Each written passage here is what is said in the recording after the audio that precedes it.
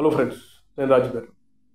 వైఎస్ఆర్సీపీ శాసనసభ్యులను ఉద్దేశించి స్పీకర్ అయ్యన్న పాత్రుడు ఒక sensational comment చేశాడు. వైఎస్ఆర్సీపీ ఎమ్మెల్యేలు దొంగల్లా వచ్చి సంతకాలు పెట్టిపోతున్నారు. ప్రజలు వీళ్లకు ఓట్లేసి గెలిపించి శాసనసభకు పంపిస్తే శాసనసభలో వచ్చి కూర్చొని ఇక్కడ సమస్యల గురించి మాట్లాడాలి, కానీ ప్రభుత్వాన్ని ప్రశ్నించాలి, కానీ వీళ్ళు దొంగల్లా వచ్చి సంతకాలు పెట్టేసి వెళ్ళిపోతున్నారు అని చెప్పేసి ఒక సెన్సేషనల్ కామెంట్ చేశారు. ఆయన ఏం మాట్లాడాడో ఒకసారి బయట ప్లే చేసి వినిపిస్తారు, చూడండి. సభకు ఎన్నికైన గౌరవ సభ్యులు సగర్వంగా సభకు రావాలి. ప్రజలు ఎన్నుకున్నారు మిమ్మల్ని సభలోకి వెళ్ళి మా సమస్య మాట్లాడమని. సభకు రావాలి.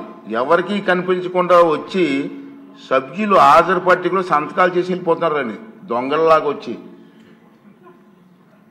మీరు గౌరవ సభ్యులే, ప్రజలు ఎన్నుకున్నారు, మీరు ఎమ్మెల్యేస్. దొంగల్లాగా వచ్చి సంతకాలు పెట్టవలసిన అవసరం ఇచ్చింది కర్మ. ఒకసారి ఎమ్మెల్యేగా గౌరవప్రదమైన దీంట్లో ఉండి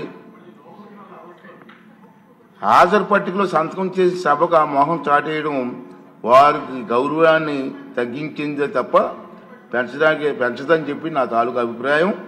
వీరిలో ముఖ్యంగా నా దృష్టికి వచ్చింది వై బాలనాగిరెడ్డి గారు, తాటిపర్తి చంద్రశేఖర్ గారు, రేగం లింగం గారు, మత్స్యలింగం గారు, విరూపాక్ష గారు, మత్స్యరాజ విశ్వేశ్వరరాజు గారు, ఆగిపాటి అమర్నాథ్ రెడ్డి గారు, దాసరి సుధ గారు.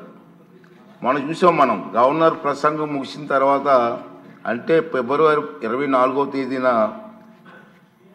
తేదీ తర్వాత వేరు తేదీల్లో అటెండెన్స్ రిజిస్టర్లో సంతకాలు పెట్టేట్టు నా దృష్టికి వచ్చింది.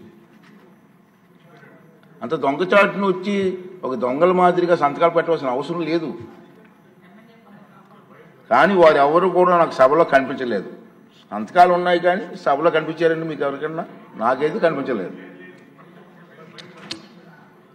ఇది ఎంతవరకు సమంజసం వారే నిర్ణయించుకోవాలి. మనల్ని ఎన్నుకున్న ప్రజలు మనం ఆదర్శంగా నిలవాలి తప్ప ప్రజలకి, మీకు ఓట్లేసిన ప్రజలకి తలవంపులు తెచ్చేలే ప్రవర్తించకూడదని చెప్పి నా అభిప్రాయం. ఈ సభ ముందు పెట్టాలని చెప్పి నేను ఈ 2 విషయాలు మీకు తెలియజేస్తానండి. ఇది ఆయన చేసిన కామెంట్.